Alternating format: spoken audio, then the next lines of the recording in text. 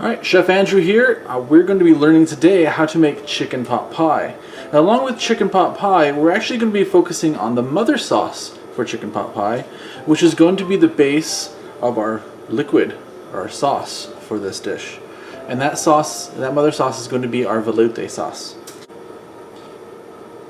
Veloute sauce is a very, very useful sauce. It is the base of many derivatives. And today's derivative is going to be the supreme sauce, which is the base for chicken pot pie or a lot of chicken stews. So, to start out with chicken pot pie, we're going to need 2 chicken breasts, 2 cups of corn and peas. The carrots should be cut up to small dice sizes. 2 medium potatoes, also cut to small dice sizes. We want to make sure they're evenly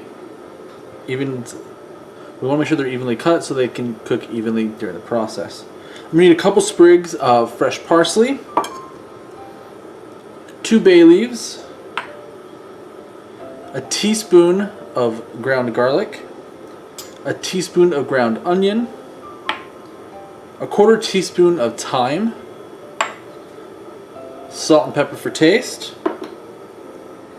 and this is going to be our base. Alright, we're also going to be making a roux later, so we'll need butter and flour, but when we come to that section, we'll give you the amounts for that. Along with all this ingredients, we're actually going to need about 4 cups of chicken stock, divided. Now, divided means that we're splitting the amount of the stock in half because we're going to use it in 2 different ways. 2 cups are going to be in one pan, which we're going to cook or poach our chicken breasts in, and the other 2 cups are going to be for our potatoes and our vegetables so that they're nice and flavored.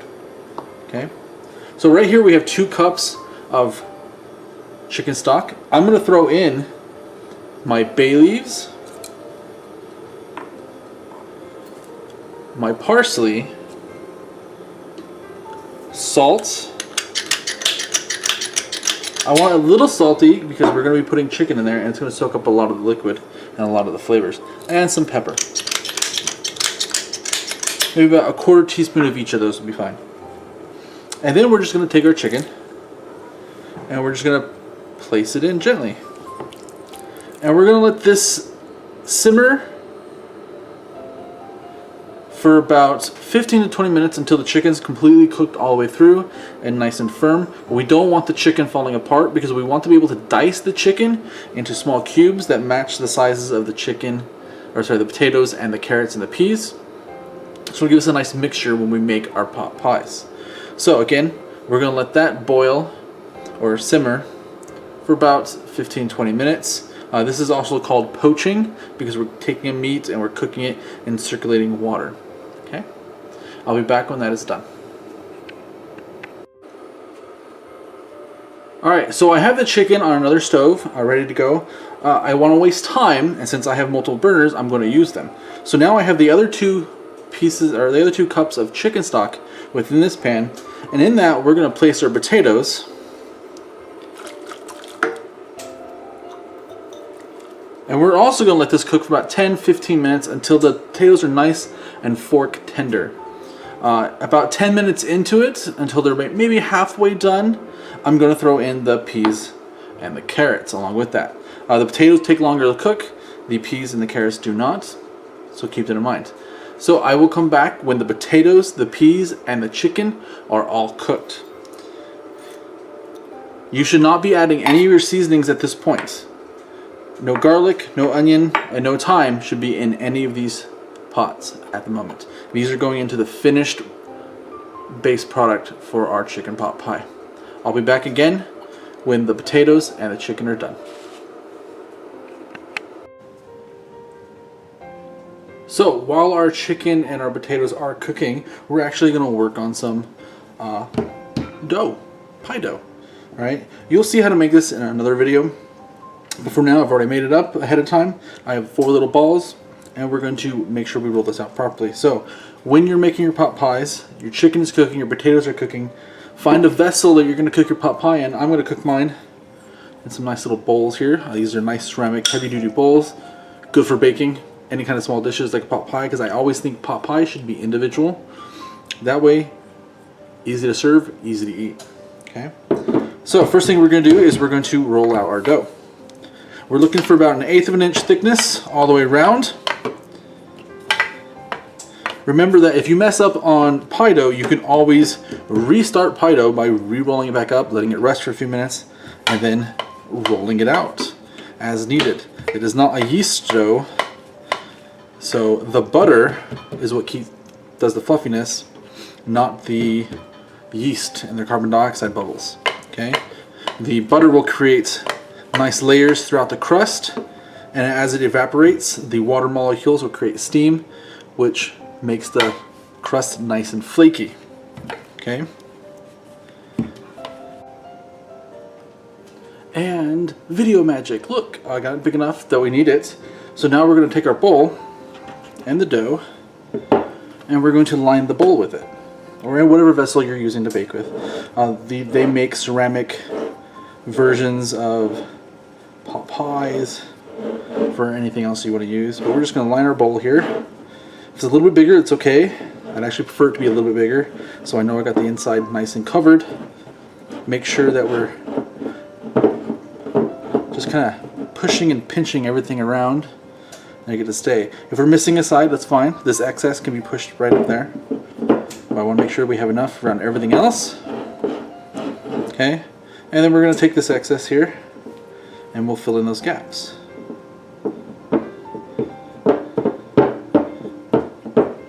We want the dough to come up just over the lip a little bit. It'll help us out in the long run. Again, take this excess dough and we'll line it up.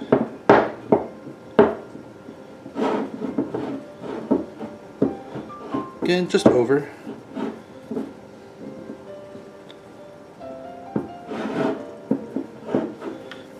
There we go. Our bowl's all ready.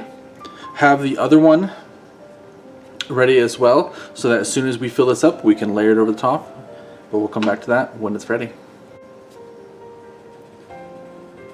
Alright, so our potatoes are done. I have a measuring cup that's large enough to hold a strainer on it, 4 cups, because that's how much stock I need for this, plus a strainer, and here are my potatoes, peas, and carrots. Alright, we want to drain this, but we want to reserve the stock. That stock is what we're going to use to turn into the veloute sauce, which will then in turn be turned into the supreme sauce, which all these meats and vegetables will go into. So carefully, we're just going to pour this through the strainer. And again, this is about 2 cups of liquid, so that's how much I should get back. Make sure we're completely drained here. Okay, you'll notice that the vegetables should have become a nice yellow color because of the stock. I'm going to just put these potatoes and peas right back into the pan. I don't want to waste dishes or produce more dishes, so we're just going to keep this in the pan and we're just going to set it aside until we're ready with the sauce. And I'll be back when we're done with that. Alright, so my chicken is done. I went ahead, pulled it out, temped it. It's about 165, that's where we want it. I'm going to let this set aside for about 5 minutes, let it kind of cool down a little bit, stop the carryover cooking process, let it retain the moisture that it has already inside of it, and then we'll dice it up. And at this point, we're just going to go ahead and strain our sauce back through this. Alright, so straining our sauce, we want to make sure we get all these herbs out of here that we put in here. So again, we're just going to pour very slowly. And we only need 4 cups max. So right there, I'm at 4 cups. I don't really need anything else besides that, so I'll just leave the rest of the water here. Alright, take the herbs out.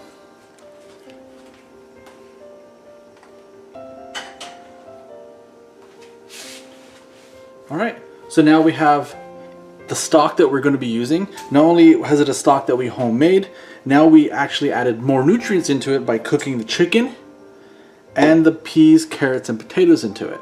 Okay, so we want to make sure we retain this stock, not another stock. Alright, and then I'll come back as soon as the chicken is cooled and I've diced it, and we can begin making our veloute sauce. Alright, so now we're going to make a veloute sauce. So for this, you're going to need 4 cups of chicken stock. 2 tablespoons of butter, 3 tablespoons of flour. Simple, easy to do. You need a white stock of any type. We're using a chicken stock. Veloute sauces use white stocks to make their sauces. You can use fish, lamb, any kind of white stock, anything that's not a brown dark color. Okay, so first heat your pan, throw in your butter, get it nice and melted. As it's melting, we can add in our flour, and we just mix it. We want all the flour to be soaked by fat. This will help incorporate it into the stock. And I should also mention at this point that you should make sure your stock is at least hot. It'll make the process easier and a lot faster than if you were using a cold stock and putting it into a hot roux. Okay.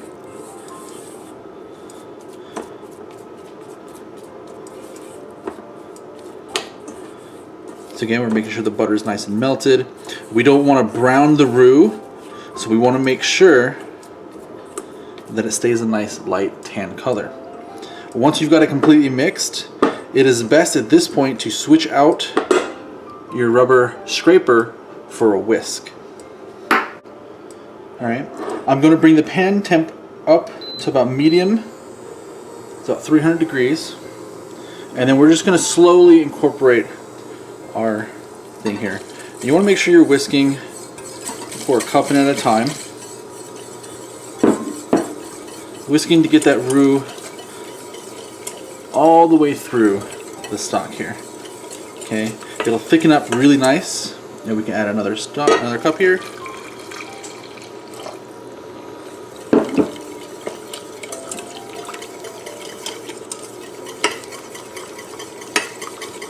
Make sure we're whisking to incorporate all of that. We don't want any bits of flour or roux sticking around our sauce. Add in the other 2 cups. Whisk.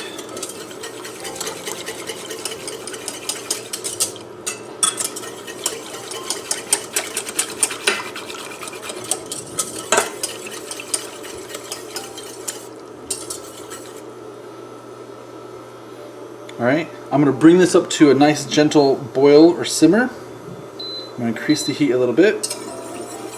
And I kind of want it to kind of simmer for about 20 minutes to get the right consistency that we need for this. Alright, and I'll be back when that's there. Alright, so I've simmered this until it's got a nice consistency. As you can see, when you pull it out, run your finger through it, you get the nappe, where it coats the back of the spoon, but you can easily trail your finger through it and it leaves a trail between the 2 pieces of liquid. So I've turned the temperature down to one of the low settings, because now what we're going to do is we're going to whisk in cream. Okay, this is our veloute sauce right here. Butter, flour, and a white stock that we've created a nice thick consistency sauce with. Okay, in order to make the supreme sauce, which is the base for chicken pot pie, we add cream. Okay, I'm just going to throw in a cup of cream. I'm going to very slowly whisk it in so we don't get a cooked cream.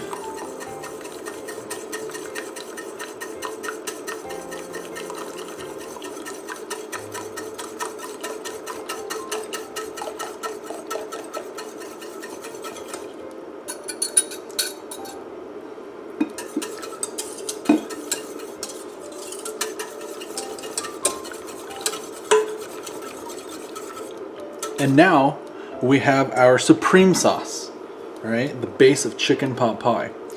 From here, we're done. We add flavorings, anything we want to throw in here to make a soup, a nice stew, chicken pot pie, other forms of the cream sauce like lemon cream or pepper cream for dishes and whatnot. Okay. All right, so we're back. We've made our veloute sauce. We've turned it into a supreme sauce, which is one of the derivatives of a veloute mother sauce. So the final thing we need to do is add everything in. Okay, so I'm going to toss in my garlic powder first, my onion powder, my thyme. Give this a nice little whisk. I'm going to add some pepper for color and taste. Who doesn't like pepper?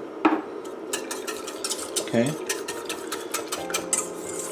At this point, you should taste it. Make sure we're doing good. Let it simmer for about 5 minutes to let the flavors of the seasonings incorporate properly. Give it a taste. Add salt as you need it. And then we'll toss in everything else. So, chicken.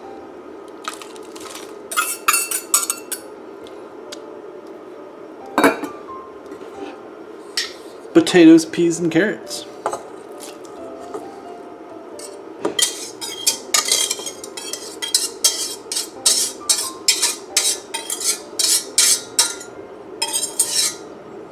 Alright, I'm going to change my whisk out for a spoon so we can give it a nice good stir.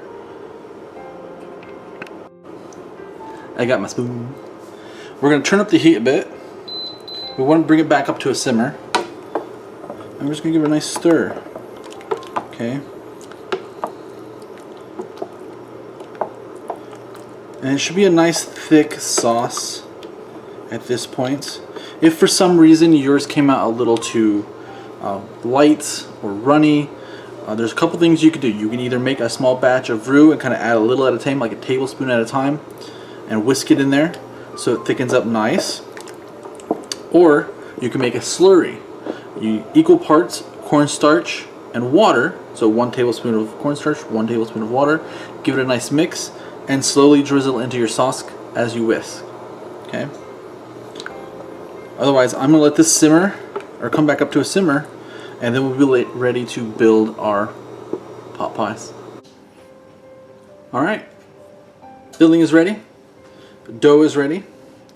I've got the tops for my pot pies ready. So now what we're just gonna do is fill it, seal it, and bake it. So use a large ladle, it'll help you go a little faster. Stay close, you're not dragging stuff across your countertops and getting them all dirty. Get a lot of the filling at first. You know, pot pies should be very generous in their fillings. I'm going to fill this all the way up to the top here.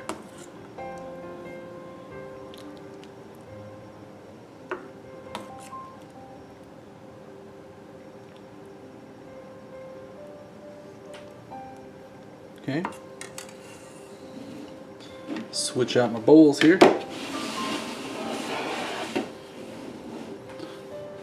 Next one.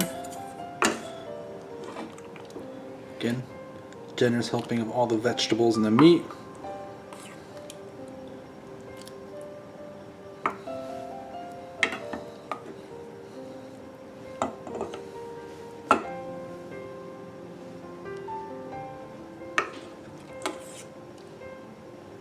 Again, I'm going to fill this all the way up to the top here.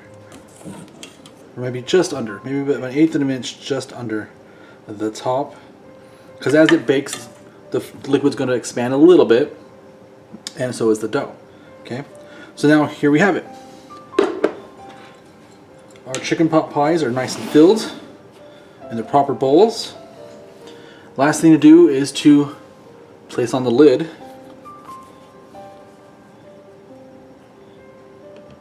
Seal them, so give them a nice press around the edge here.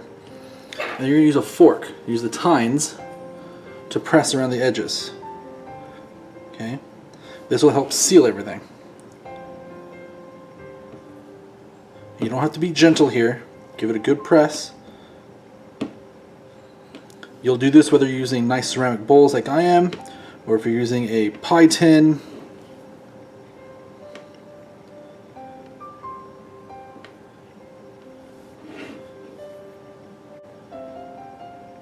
And you want to do this before you cut off this excess dough here. You just want to make sure you have enough.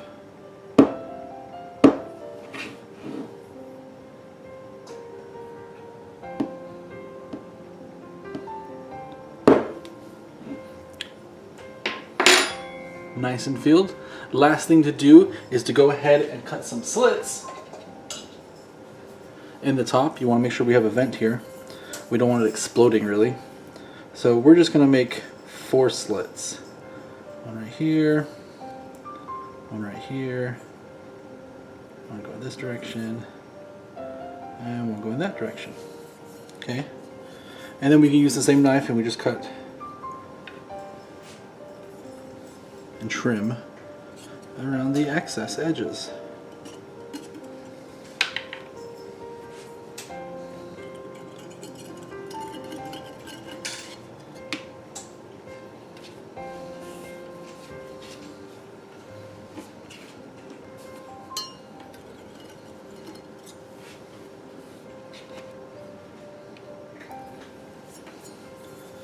Alright, we'll do the same to the other.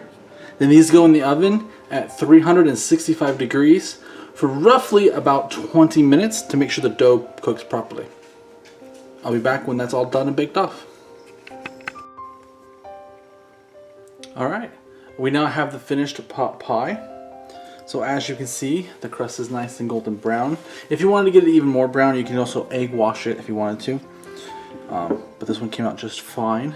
As you can see, nice seal around. Didn't really break anywhere. It vented properly, so we didn't have any explosions. Pretty simple to serve, though. You don't really garnish it much. You put it on a plate because obviously the bowl is going to be very hot. Make sure the plate is nice and clean. Some simple fresh parsley.